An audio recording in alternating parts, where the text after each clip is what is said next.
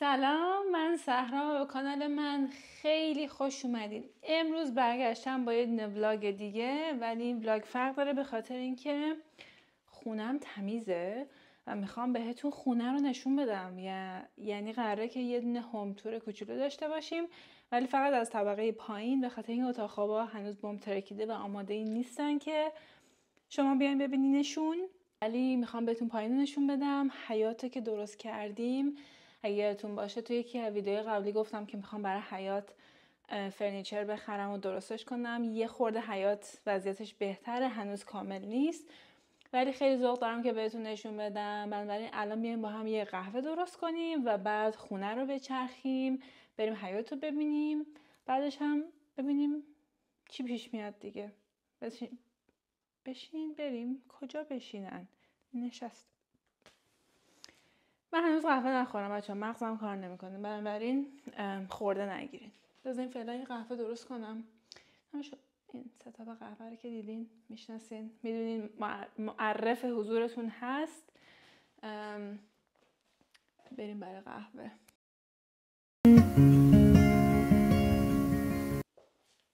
شما رو گذاشتم توی کتابخونه.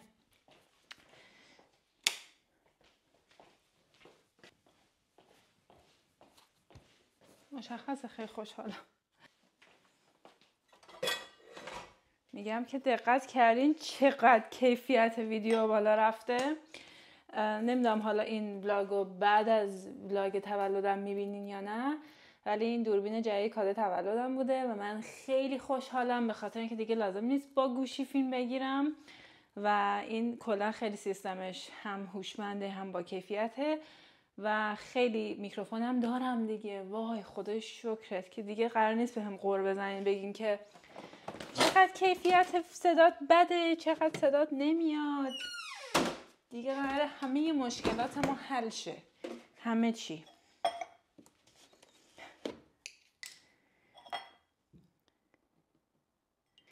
قراره یک لاته خوشمزه درست کنیم.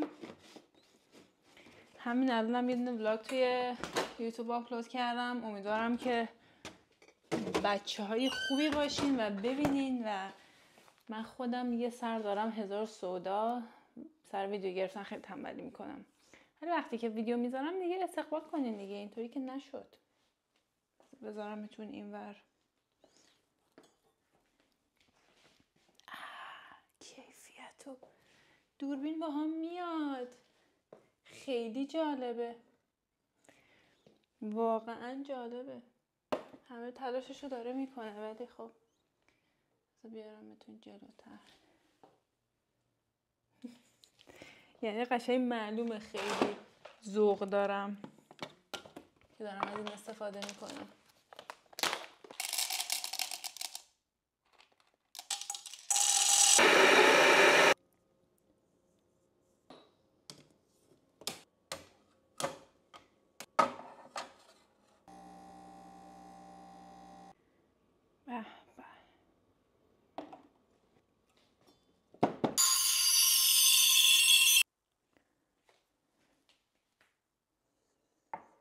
قهوه‌ام آماده است.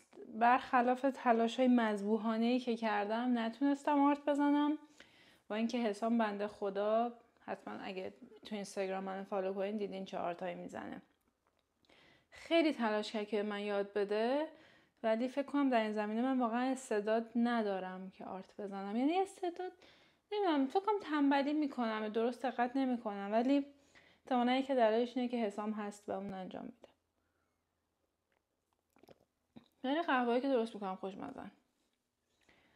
با تشکر از حسام. بریم یکم بیرون رو بهتون نشون بدم. از در حیاط که میای بیرون، این حیاط ماست. گلدونا رو بهتون نشون بدم. این بچه ها اگه یه خورده برگشون زرد شد به خاطر اینکه چند روز خیلی آفتابی شد و فکر کنم آفتاب اذیتش کرد، ولی الان حالش خوبه. این بچه این گل کاغذیه، همون گل کاغذیایی که توی ایرانم داریم، توی مثلا کیش و قشم و اینا خیلی زیاده و من عاشق اونام و ببینید چقدر بچه داره، یعنی عاشقشم. و اینو به این نیت توی این گلدون نگه داشتم که روزی خونه بخرم و اینو توی حیاط خونم بکارم. ولی ببینید دیگه این یه درخت کاجه که خب خیلی کوچولوه هنوز. این کتنیپ برای میشاست. این گلدونم مزرعه منه. اینا که میبینید جعفری هن. یه عالمه گوجه داریم. ببینید گوجه ها رو دیگه وقت چیدنشون هم رسیده ولی دلم نمیاد. بعد یه عالمه هم هنوز گوجه جدید داریم که هنوز قرمز نشدن. بعد توت فرنگی داریم. اینا توت فرنگی هن. اینا رو ببینین بچه توت فرنگی ها رو. ای خدا. نعنا داریم. بعد اینم رزماریه. آره رزماریه. خلاص این از این. اینم این یکی جوجوامونن و این برم این 3 تا تازه خریدم برای که بتونیم بیرون بشینیم از فضا استفاده کنیم. من میام اینجا میشم کتاب میخونم. اینم که اینجا میبینین این گریلمونه که اینم تازه گرفتیم و هنوز میز زیرش نرسید. حالا میزش برسه اونجا ستاپ میشه احتمال خیلی زیاد و گریلمونم اونجا دیگه. این گلدونام ببینین شمدونی ها. من اون شمدونی البته دیگه گلاش تموم شده ولی اینا رو به یاد ایران گرفتم به خاطر اینکه شمدونی منو به شدت یاد ایران و خونه مامان بزرگامون و اینا میندازه دیگه. همین. و من عاشق این یه ذره حیات کوچولویی هم که داریم و این آسمونی که میبینیم. نمیدونین اینجا نشستن برای من چقدر لذت بخشه. بعد از این همه سال توی خوابگاه و خونه دانشجویی و این ور اون ور زندگی کردن، اینکه یه حیاط دارم برای خودم، دکورش میکنم، گل دارم، گلدون دارم و میتونم اینجا با آرامش بشینم قهوه‌مو بخورم، واقعا برام لذت بخشه و خیلی خیلی زیاد بابتش خدا رو شکر میکنم. حالا شما اگه ایده‌ای دارین برای اینکه اینجا خوشگل‌تر بشه بهم بگین. ما احتمالاً یه دونه از این چتر هم بگیریم برای وقتی که دیگه آفتاب خیلی زیاده، میز بیاد اون ستاپ گریلمون درست شه و احتمال خیلی زیاد یه همک بگیرم از این ننوها اونجا بذارم برای وقتی که میخوام کتاب بخونم. بعد میخوام کاج بگیرم که این بغلا کاجای بلند بذاریم. همسایه‌مون همه مثلا درختای بزرگ توی گلدون دارن چون خب خاک ندارین، کفش سیمان شده. بعد یه چند نفر گفته بودن کفشو از این چمن مصنوعی‌ها بگیر و خیلی نمیدونم میخوام این کار بکنم یا نه، ولی حالا شاید بهش فکر کنم. دیگه شما مگر که ایده‌ای دارین بهم بگین حتما. من که اینجا بمونم یه ذره کتاب بخونم، قهوه‌مو بخورم، بعد بریم بهتون داخل نشون بدم. حالا چی دارم میخونم؟ نمیدونم بچه چقدر میدونین من عاشق هری پاترم. یعنی یه جوری من در هری پاتر ذوب شدم که هیچ کسی تا الان انقدر ذوب نشده باشه و فیلماشو که 1000 بار دیدم. کتاباش هم ایران، کتابای ترجمه شده فارسیشو خوندم، ترجمه ویدا اسلامیه که همه دنبالش بودیم و خوندم، ولی هیچ وقت کتابای اورجینال انگلیسیشو نخونده بودم. هواپیما داره رد میشه. و خب دلیلش این بود که زبانم انقدر قوی نبود هیچ وقت که زبان بخونم و یادمه وقتی که زبان خوندن رو شروع کردم ترم 3 که بودم معلممون بهمون گفتش که یه کتابی که خیلی دوست دارین و به انگلیسی برین بخرین و شروع کنین بخونین و من موقع کتاب هری پاتر 1 و انگلیسیشو گرفتم و خب برام نثرش خیلی سخت بود و نمیفهمیدمش، من برای این نتونستم تمامش کنم. تا اینجا که اومدیم الان خب دیگه انگلیسی یه جورایی زبون دوممه، روزی چندین ساعت به انگلیسی کار میکنم، حرف میزنم، داکیومنت مینویسم، مقاله مینویسم و اینا. الان دیگه میتونم بخونمشون و این مجموعه کتاباشو حسام برای کریسمس برام هدیه گرفت و من شروع کردم. یه خورده تنبلی کردم، 1-2 ماه اول نخوندم چیزی، ولی الان توی 1 ماه اخیر 2 تا کتاب اولشو خوندم و الانم انقدر مونده که کتاب سومش رو تموم کنم و خب واقعا لذت بخشه. یعنی انقدر کیف میکنم که اینا رو دارم میخونم که حد نداره، به خاطر اینکه اولا کتاب اصلیه و مثلا یه عالم جزئیاتش برام تازه است، انگار تازه یه سری چیزاشو میفهمم و کلا خیلی دارم حال میکنم با این موضوع. و الان دیگه اون صحنه‌های حساس کتاب سوم هری پاتر و زندانی آزکابان و خیلی باحاله. واقعا کسایی که هری پاتر نخوندن ندیدن چجوری زندگی میکنن؟ حالا قهوه‌ام بخورم میخوره هری پاتر بخونم که دوربین اینجوری با میاد انقدر کیف میکنم که حد نداره.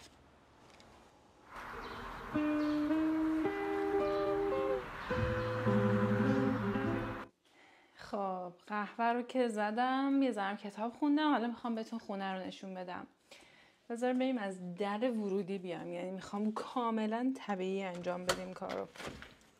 اجازه بدین اومدم تو کوچه.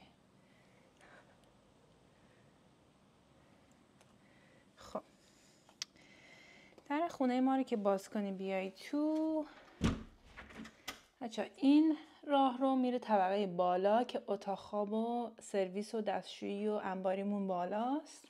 اینجا جا کفشیمونه، اونجا جاییه که کت و اینجور چیزامون رو میذاریم و اینم از هنرهای دست مامان قشنگمه که عاشقشم.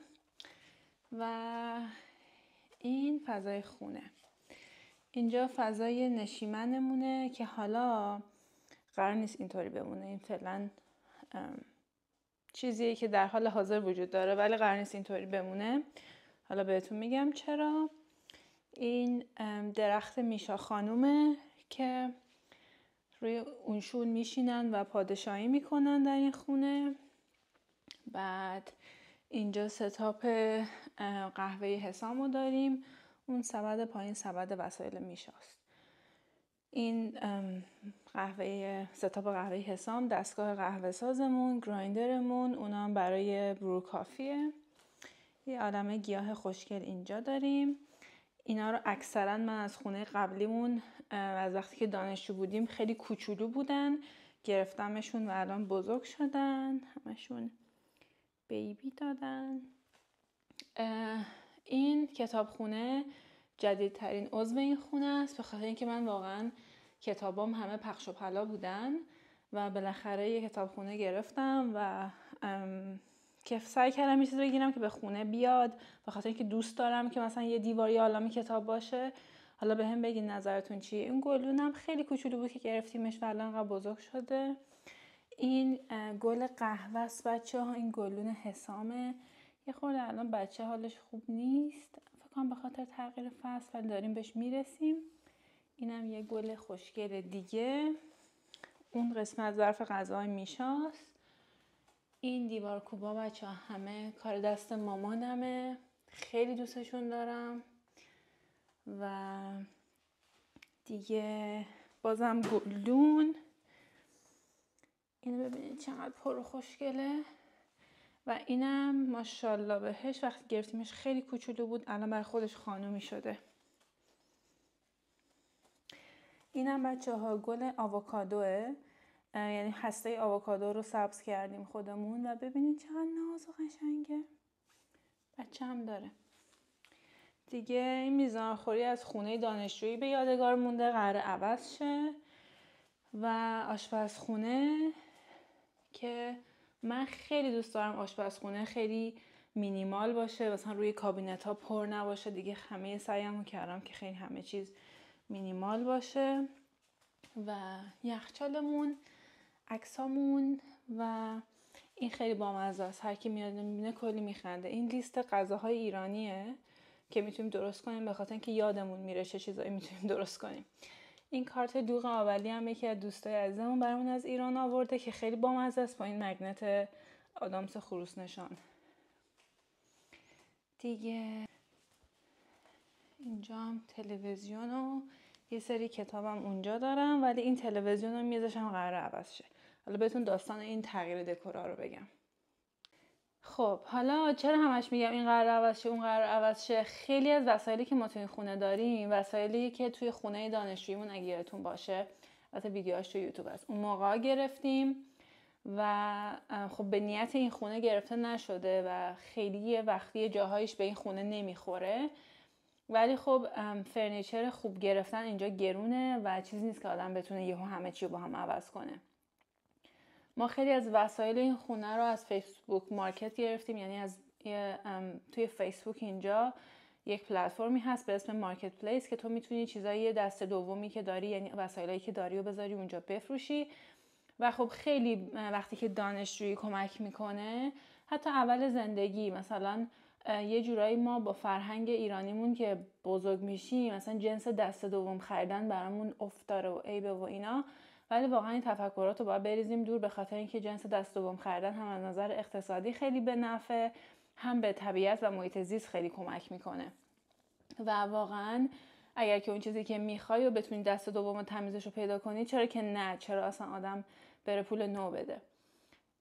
خلاصه خیلی چیزایی که ما تو این خونه داریم دست دوم خریداری شده، ولی خب همونطور که میبینین خیلی همشون تمیزن، خوب نگهداری شدن و من خیلی خوشحالم از این که خیلی چیزایی تو این خونه دست دومن و من نرفتم مثلا کلی پول بدم همون چیزو گرونتر بخرم فقط به خاطر اینکه اون برچسب روشو خودم بکنم، یا مثلا از طرفم خوشحالم که تونستم به طبیعت کمک کنم. ولی در نهایت خیلی از اینا برای اون خونه قبلی ما خریداری شده و ما برنامه داریم که عوضشون کنیم، ولی خب برنامه لانگ ترم، اینجوری نیست که بخوایم یهو آتیش بزنیم به مالمون و همه چی رو نو کنیم. این دوتا مبل قرار عوض شن و ایشالله میخوایم یه دونه ال بزرگ بگیریم، چون لیوینگ روممون تقریبا بزرگه و میتونیم مبل بزرگتری بذاریم. تلویزیونمون یه خورده سایزش خوبه ولی یه خورده برای خونمون انگار کوچیکه و دوست داریم یه تلویزیون بزرگتر بگیریم و اینو ببریم بالا تو اتاق خواب که تو اتاقم بتونیم فیلم ببینیم. و در نهایت این ستاپ نشیمن قرار عوض شه و از اون طرف هم میز ناهارخوریمون رو با عوض کنیم. اون کابینت قهوه حسامو میخوایم عوض کنیم. خلاصه اون روز داشتم مامانم میگفتم که وقتی که خونه میگیری و دیگه شروع میکنی به زندگی ساختن، انگار این وسیله خریدن اصلا تموم نمیشه، یعنی هر چیزی که میگیری یه چیز دیگه لازم داری. مثلا من کتابخونه رو تازه گرفتم، اینطوری بودم وای من آینه هم میخوام، مثلا یه آینه قدی ندارم توی خونه. و مامانم میگفتش که اصلا فکر نکن تمامی داره دیگه، وقتی میخوای زندگی کنی دائم باید وسیله‌هاتو عوض کنی، یه چیزی مصرفی تموم میشه، به هر حال این یه بازیه که آخر نداره. و خب جالبه برام به خاطر اینکه این خونه اولین خونه‌ایه که ما به طور جدی و رسمی داریم دیگه توش بساطمون رو پهن میکنیم، به خاطر اینکه همیشه ما موقت بوده. مثلا من الان 6 سال ازدواج کردیم، الان 1 سال تو این خونه ایم و این 1 ساله که ما واقعا خونه داشتیم. قبلش همش یا وسیله هامون رو دوشمون بوده، از این ور به اون ور بودیم، یا تو خونه دانشجویی بودیم که مثلا نمیخواستیم خیلی وسیله بگیریم چون همش اینجوری بودیم که ما که اینجا باید بلند شیم. ولی دیگه اینجا اولین خونه رسمی و جدی زندگی ماست و دیگه ما خیلی دوست داریم که اونجوری که دوست داریم دکورش کنیم و وسیله‌ای که دوست داریم رو بخریم، ولی کم کم عجله‌ام نداریم. و من کلا همین الانش هم انرژی خونه خیلی برام مثبته و خیلی دوستش دارم، ولی خب کم کم حالا ایشالله خوشگل‌ترش میکنیم و اینجا قراره حالا یه شلف بزنم یا تابلو بکشم بزنم، دیوارامون هنوز خیلی خالیه. خلاصه خیلی کار داره و حالا هم تموم نمیشه ولی من خیلی خونمون رو دوست دارم و هر کم که میاد خونمون میگه که خیلی خوشگله و خیلی بهشون انرژی خوب میده. من خیلی دوست دارم همه چیز خیلی تمیز باشه، مرتب باشه، رنگای روشن باشه و نگهداری سخته، ولی خب دیگه هر که طاووس خواهد جور هندوستان کشد. نهایت همین دوست داشتم که خونه رو ببینین چون خونه قبلی هم که بودیم خیلی همش میخواستم که اونجا رو بهتون نشون بدم، ولی همش اینطوری بودم که چیز خاصی نداریم که بخوام نشون بدم. و کلا اینم فقط جنبه این داره که به بچه‌هایی که قصد مهاجرت دارن و یا مهاجرت کردن و تو اون بازه اولشن بگم که بچه‌ها به خودتون سخت نگیرین.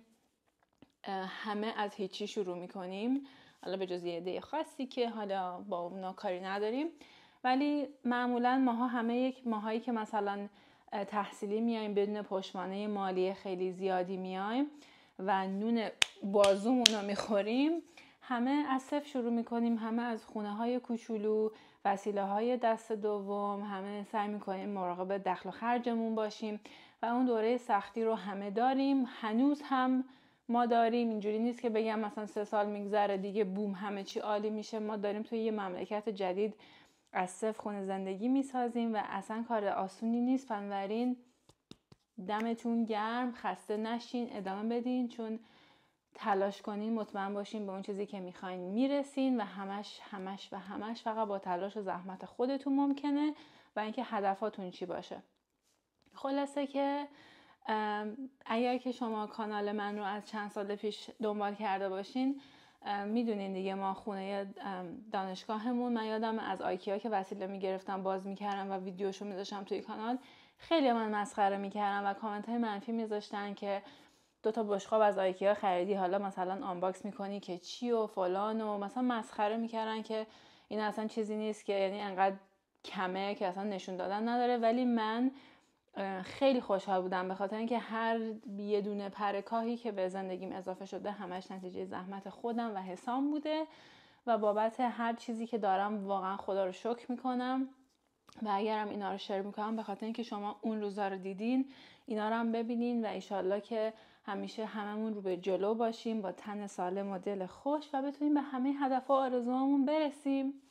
دیگه همین. اگر که تا اینجای ویدیو دیدین ماچ بهتون، دمتون گرم و توی کامنت ها حتما نظرتون رو برام بنویسین و اگرم راجع به خونه ایده‌ای دارین که چی بگیریم چی نگیریم، چی کار کنیم که خوشگل تر شه، اونم برام بنویسین.